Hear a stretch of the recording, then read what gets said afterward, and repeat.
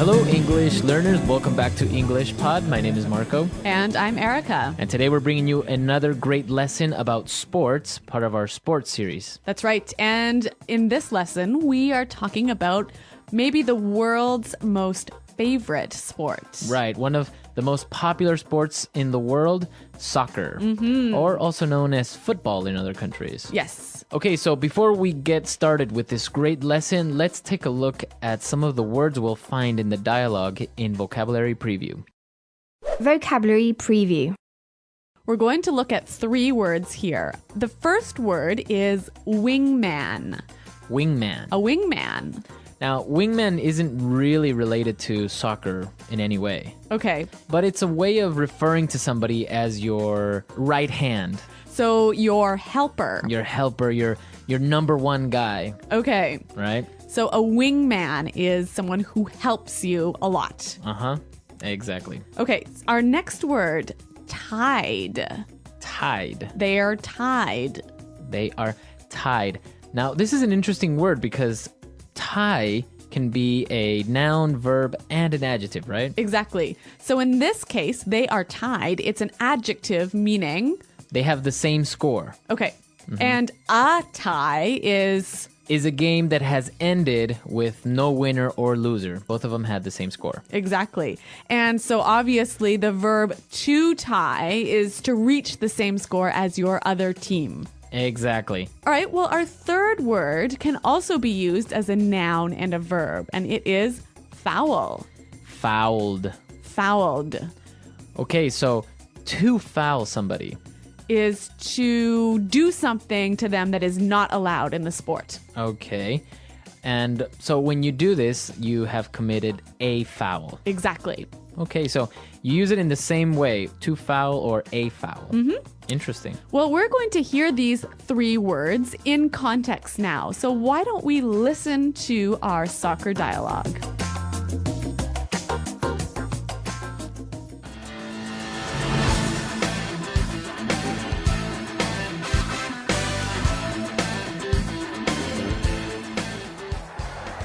Welcome back, soccer fans. My name is Rick Fields, and as always, I am joined by my commentating wingman, Bob Copeland. And we're on the brink of soccer history today, as Ecuador and Brazil are tied 1-1 as we begin the second half of the 2022 World Cup.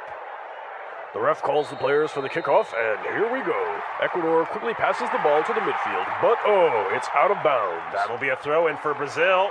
Adriano has the ball and makes a long pass to Robinho. And the ref has called him offside. No question about it, he was offside by a mile. We have a goal kick for Ecuador. Edison Mendez heads it to Valencia. He shoots. Deflected by the defender, and we have a corner kick. Delgado takes the corner. We have a foul. Oh no, Dida, the goalkeeper, has fouled the Ecuadorian player. He gets a yellow card, and that will be a penalty kick. This is the perfect opportunity for Ecuador to get ahead in this match and become world champions. He gets ready for the kick, he shoots, and he...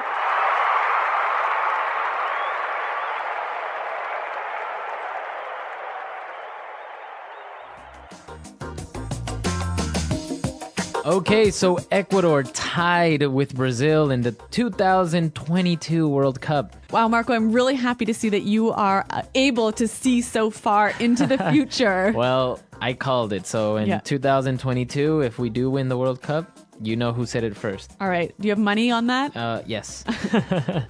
All right. So apart from this, we saw some really great vocabulary in this lesson. So let's take a look at it now in Language Takeaway.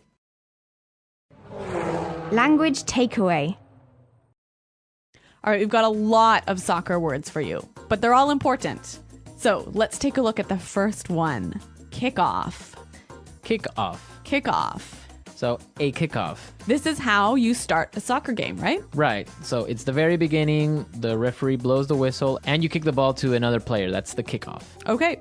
So our next phrase, out of bounds. Out of bounds. Out of bounds. Okay. Out of bounds. This is a great word. So in soccer, when the ball goes out of bounds, it goes outside the white lines, right? Outside of the playing field. Okay. And you can use it in all other sports. You can use it in basketball. You can use it in tennis. Or football or anything. Right. So any part that is not for playing. Out of bounds. What's our next word? Throw in. A throw in. A throw in. Okay, so a throw in. The ball goes out of bounds. Uh-huh. How do you put it back into play? Obviously, a throw in. Okay, so you throw in the ball. That's the only time where a soccer player will actually grab the ball with his hands. All right, now another soccer term we have here, offside. Offside. Offside. Okay, so this is a little bit difficult to explain, but just imagine you're on the soccer field and you are trying to score a goal. Okay. Now you have some defenders, right? Right. Those are the people who are trying to take the ball away.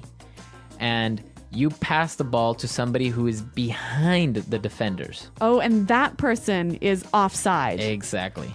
So you must be at all times in the same position as the defenders or in front of them, but you can't be all the way in the back. Okay, so is this a noun or a verb or an adjective? So this is an adjective. He is offside. That's his condition. Okay, great.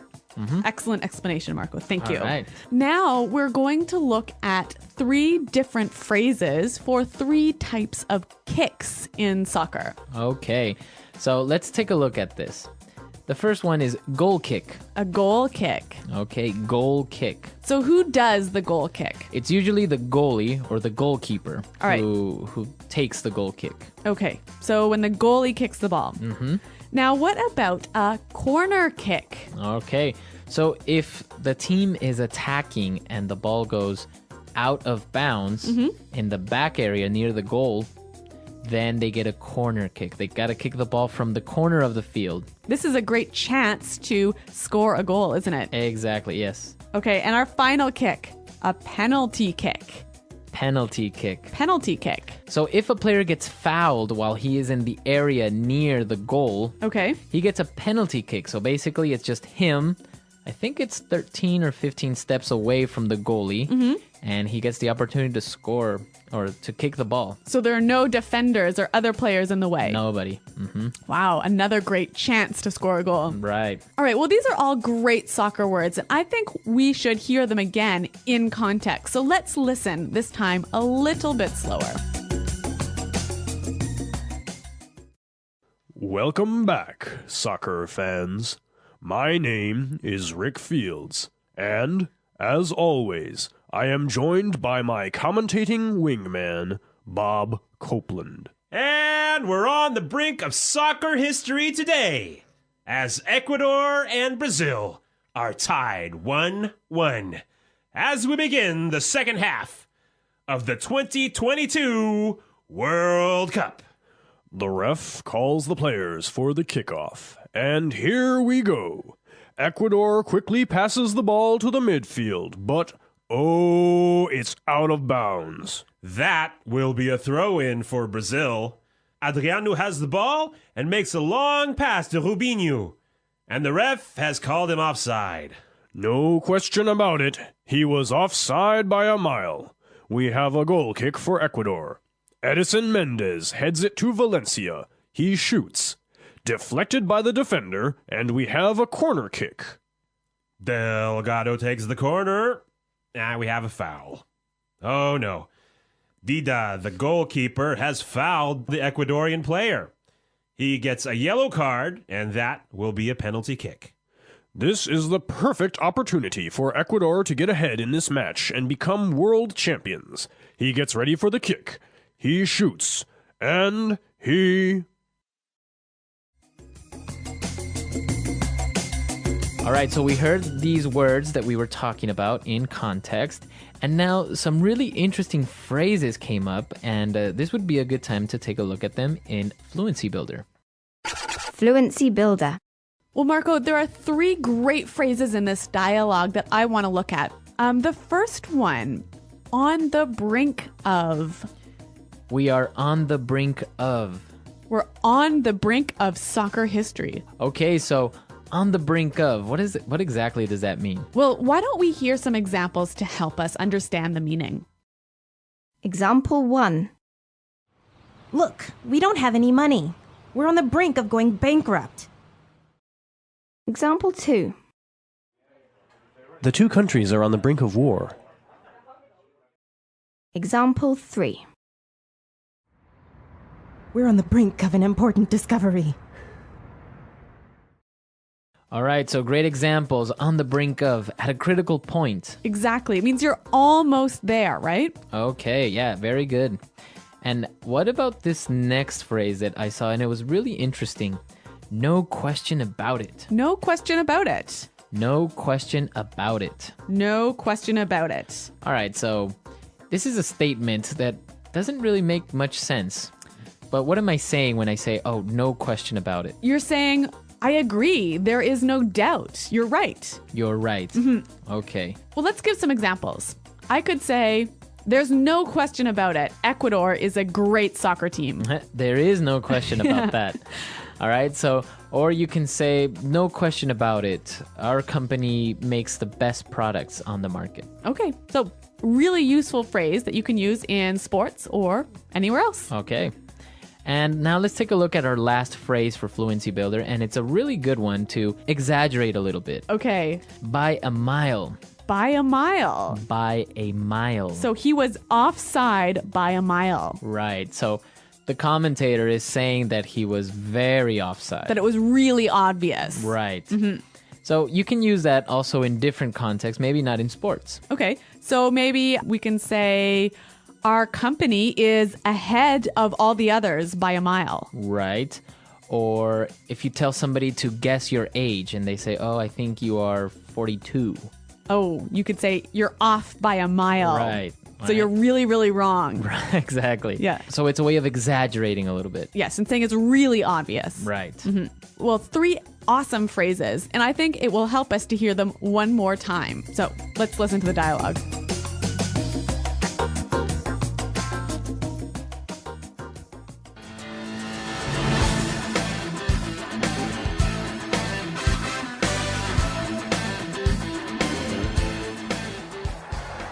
Welcome back, soccer fans. My name is Rick Fields, and as always, I am joined by my commentating wingman, Bob Copeland. And we're on the brink of soccer history today as Ecuador and Brazil are tied 1-1 as we begin the second half of the 2022 World Cup.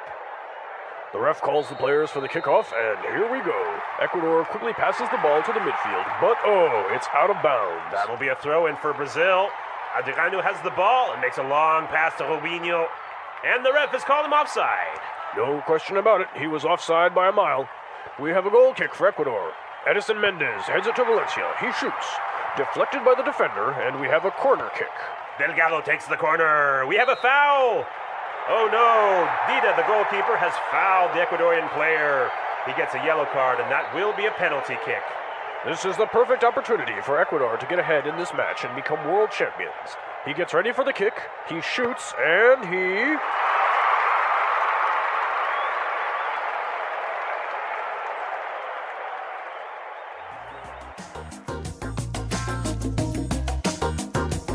Okay, well, as you all may know, soccer is a very popular sport, especially in Latin America. That's right. And your favorite team, Ecuador, are they really this good in soccer? Are they really going to win the 2022 Cup? Well, maybe not. Well, actually, Ecuador has improved with time, but usually it's the strong teams like Argentina and Brazil who dominate the region, right? Right. But yeah, hopefully we'll make it next time. Okay, well, I have my money on Ecuador and for 2022. But yeah, not on Canada. There's no hope for us. Well, Canada is doing really well now. They actually beat Mexico, if I'm not mistaken. Oh, actually, that sort of, yeah, I kind of remember that now.